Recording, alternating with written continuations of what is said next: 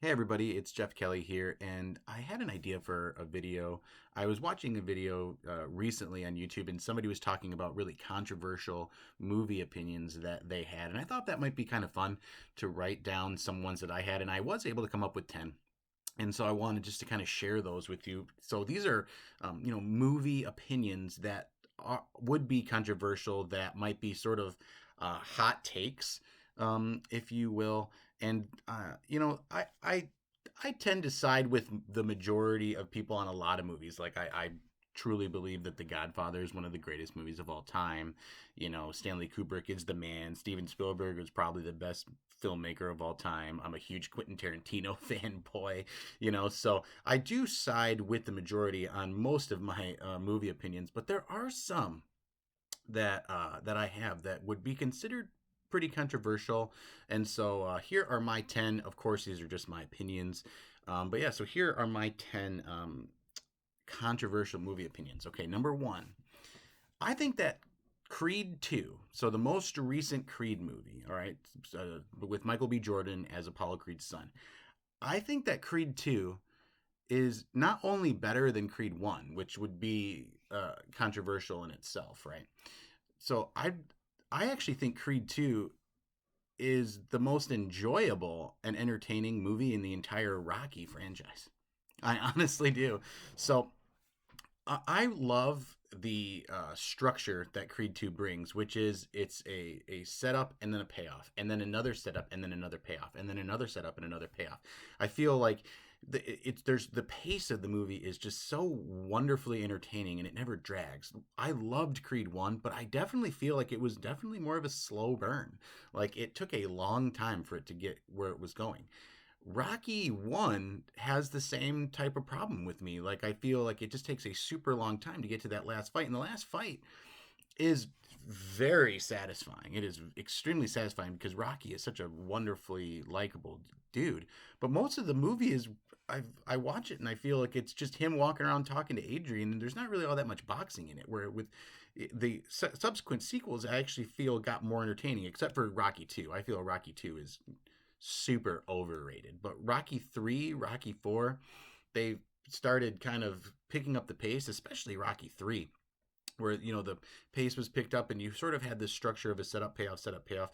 Maybe that's, and it's obviously just my personal taste and how I want to watch a movie like this.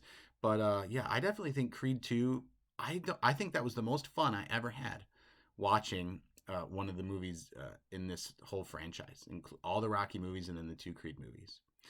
All right, so another one. Now, with the Alien franchise, a lot of times people say, there are only two great Alien movies, and the rest are absolute trash. I do tend to agree with that, even though I think Prometheus is a lot better than people give it credit for. But that's actually not on my list. But I because I do think I do have a lot of problems with Prometheus, but I actually think that it's pretty decent. It's pretty good. Um, but one of the things is people say, well, Alien and Aliens are both equally great. It just depends on what kind of movie you're in for. And so I guess my controversial movie opinion, is not that Alien 1 is a bad movie. It's not that. I think Alien by Ridley Scott is a great movie. Um, but I think that Aliens by James Cameron surpasses it by a mile. Like a lot of people say it's right neck and neck and they're both equally good. I disagree. Aliens is an A plus, one of the absolute best movies I've probably ever seen. Where Alien, um, I love the art direction. I love the acting. I hate the pace. Like I hate the pace of the story. I feel like the first half of the movie, it's just them sitting around talking on the ship, and I get that it's a slow burn. And I get that's what they were going for. It just doesn't work for me. Alien has a much, much, much better second half than the first half, where I feel like Aliens is just like a nonstop pedal to the metal blast from start to finish. And so, like I said, I don't dislike Alien 1. I think it's a great movie, but I think Aliens far exceeds it as being one of probably the best movies I've ever seen. All right, another one. Okay. So, Disney just came out with their Star Wars sequel trilogy, and by far the movie that got the most hate was The Last Jedi. And I can see people's problems with The Last Jedi. I have a big problem with how they portrayed the Luke Skywalker character in Last Jedi as well. However, when you compare Last Jedi to Force Awakens and The Rise of Skywalker, I think it's easily the best of those three movies. Like, I think that The Last Jedi is the best Star Wars movie of the sequel trilogy by a mile. I think it's the best looking, like as far as like cinematography and special effects. I think it's the best looking Star Wars movie of all time. I have problems with the story. I don't have as much problem with Canto Bight as a lot of people had. I actually thought that that was sort of interesting. It was half baked. They did introduce a lot of ideas that were never touched upon again, but I don't blame Rian Johnson in the movie for that. I actually blame J.J. Abrams for Rise of Skywalker for just kind of ignoring all of those things. In fact, when I saw Rise of Skywalker, I really liked it in the theaters, and then I've watched it twice on Disney Plus since it's come out, and I I like it less and less each time, to the point where now I think it's one of the worst Star Wars movies ever made. Um, but I know a lot of people hate The Last Jedi, and I just don't. I think it's pretty decent movie. It's I think it's a really good Star Wars movie. I just have some problems with the storytelling, but that's my subjective problem. There are people that love the Last Jedi. Say it's even better than like Return of the Jedi and stuff. I wouldn't go that far, but I definitely think it's the best of the sequel trilogy. Probably, I mean, I think The Last Jedi might be like the fifth best Star Wars movie ever. Like their original trilogy would go like Empire, New Hope, Return of the Jedi would be like one, two, three, and then my fourth favorite would be Revenge of the Sith, and then it would probably be Last Jedi at five. All right, another one. The first of two controversial Indiana Jones movies opinions. So, one of the most maligned and hated movies of all time is Indiana Jones and the Kingdom of the Crystal Skull, and I'll be completely honest with you. I have no idea why this movie gets so much hate. It absolutely baffles my mind. It is easily the worst of the Indiana Jones movies, but boy, is it still a pretty decent movie. Like, it is so much fun to watch. Harrison Ford being in the character again, giving it his all at an older age, and he still pulls it off. It still works. I absolutely love the opening sequence then when they're in Area 51. I I love the motorcycle chase in the college is absolutely great.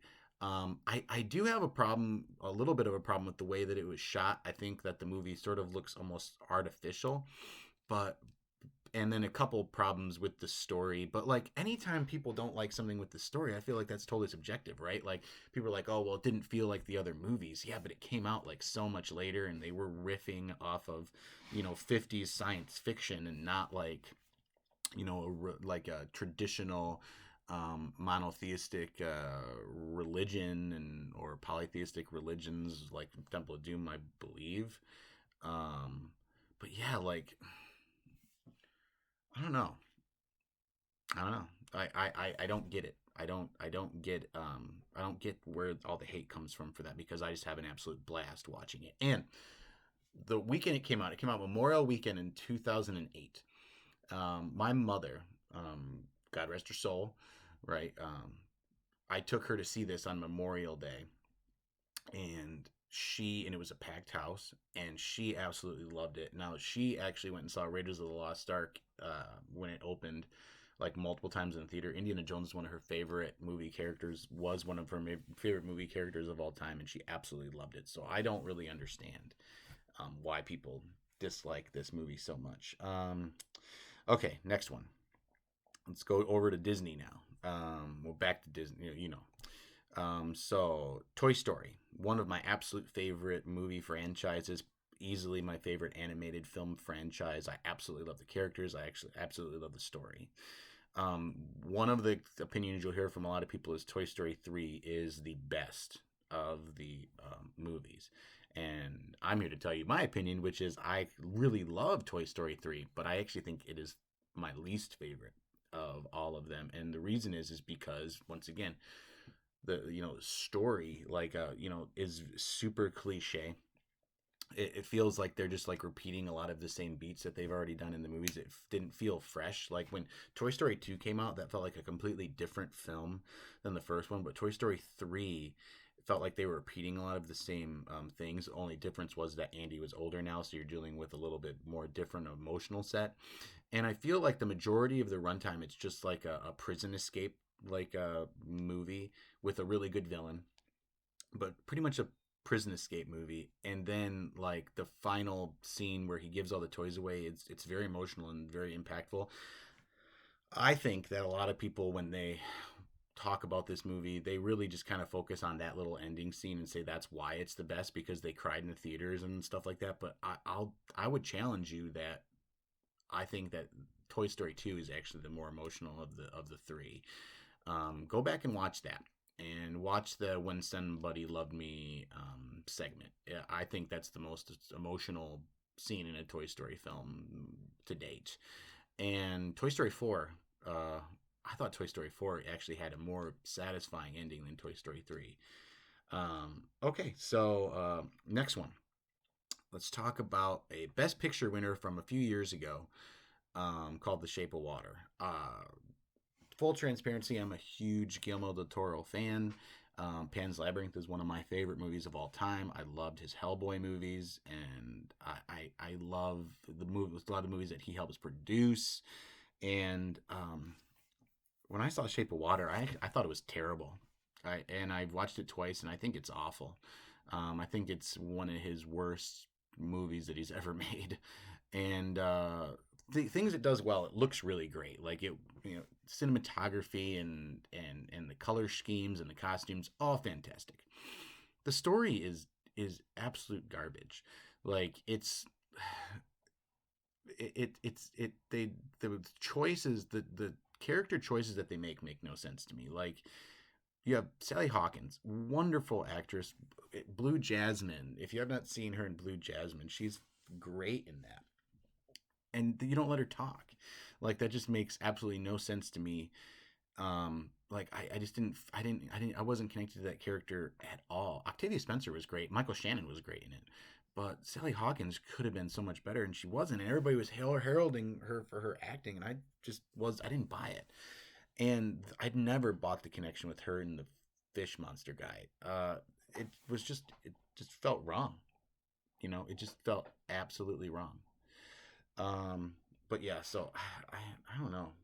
Shape of Water, that movie just doesn't. Movie just doesn't work for me.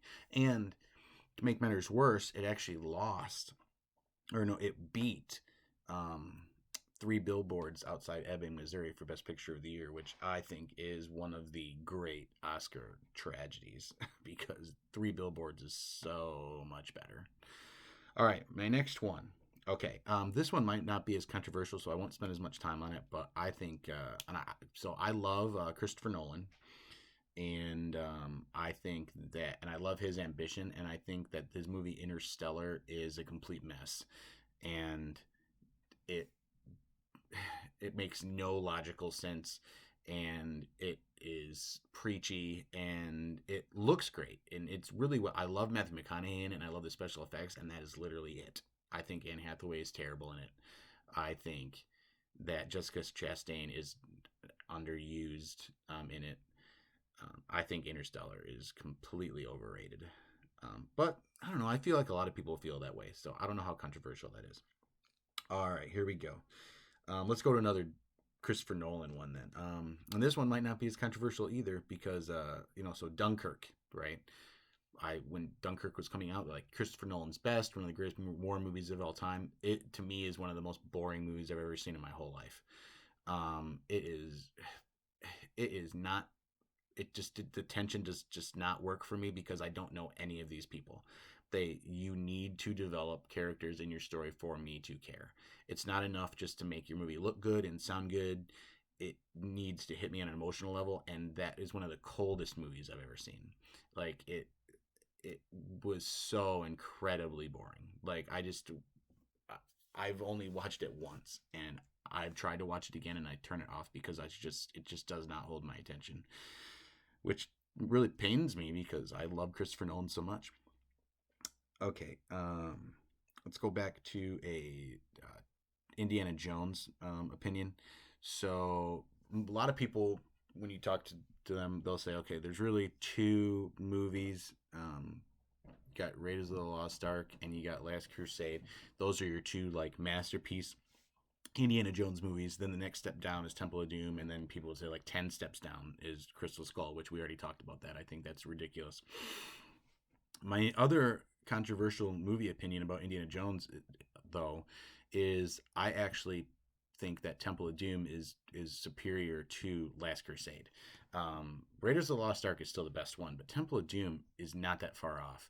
I think a lot of people get turned off Temple of Doom because of the tone of the movie, and they're not a huge fan of the female character of Willie.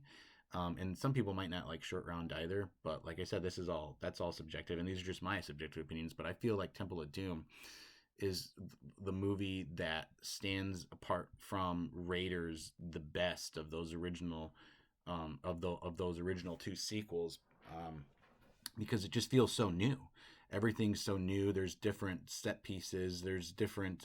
It's more fun. That it's paced very well, and I feel like with Last Crusade, a lot of it is like almost beat for beat from Raiders of the Lost Ark, and it's well done. And I love Last Crusade, but I even when I was a kid, I noticed that I was like, well, Last Crusade. I would say to my parents like, Last Crusade is just a different version of Raiders, and Raiders is one of my favorite movies of all time. So I mean, I like Last Crusade. I think it has great. I think the ending part where he's going through the different trials to get to the night to get to the Holy Grail. I think that's one of the best things I've ever seen in a movie ever. I think Sean Connery is wonderful in it. But I'm telling you, like, if you if you take Sean Connery out of that movie, I think that it really really hurts it. And I'll be honest with you, I think Sean Connery is the best character in that movie. Well, when I see an Indiana Jones movie, I want Indiana Jones to be the best character in the movie. I'm just being honest. Like, and so that's my Temple of Doom controversial movie opinion. All right, and my final one, because it's December 1st, and people are going to be talking about Christmas and holiday movies or whatever. And this one might not be as controversial because I know people are kind of like 50-50 on it, but Die Hard is not a Christmas movie. I mean, I know Bruce Willis even said it on his roast, but it was like as a joke or whatever. So I won't even bring that up. But it does exist, so it would actually help my argument. But I feel like Die Hard is a wonderful action film that happens to take place at Christmas. Yes, Christmas is the reason why he goes out to LA, but it could have been for a myriad of reasons. It could have been for a wedding. It could have been for a funeral. It could have been for anything else. Yes, they use Christmas music, in the story throughout, but it doesn't. Christmas doesn't have anything to do with the actions of the plot once everything is established. Um, and the another thing too is like and this is just my thing, like I only really want to watch Christmas movies around Christmas time. Die Hard I could watch year round. Like, Die Hard is just a fantastic movie, and so it doesn't feel like a Christmas movie to me. And like, I think a Christmas movie has to feel like a Christmas movie to the viewer, and it just never felt like one to me. It's just a movie that happens to take place on Christmas.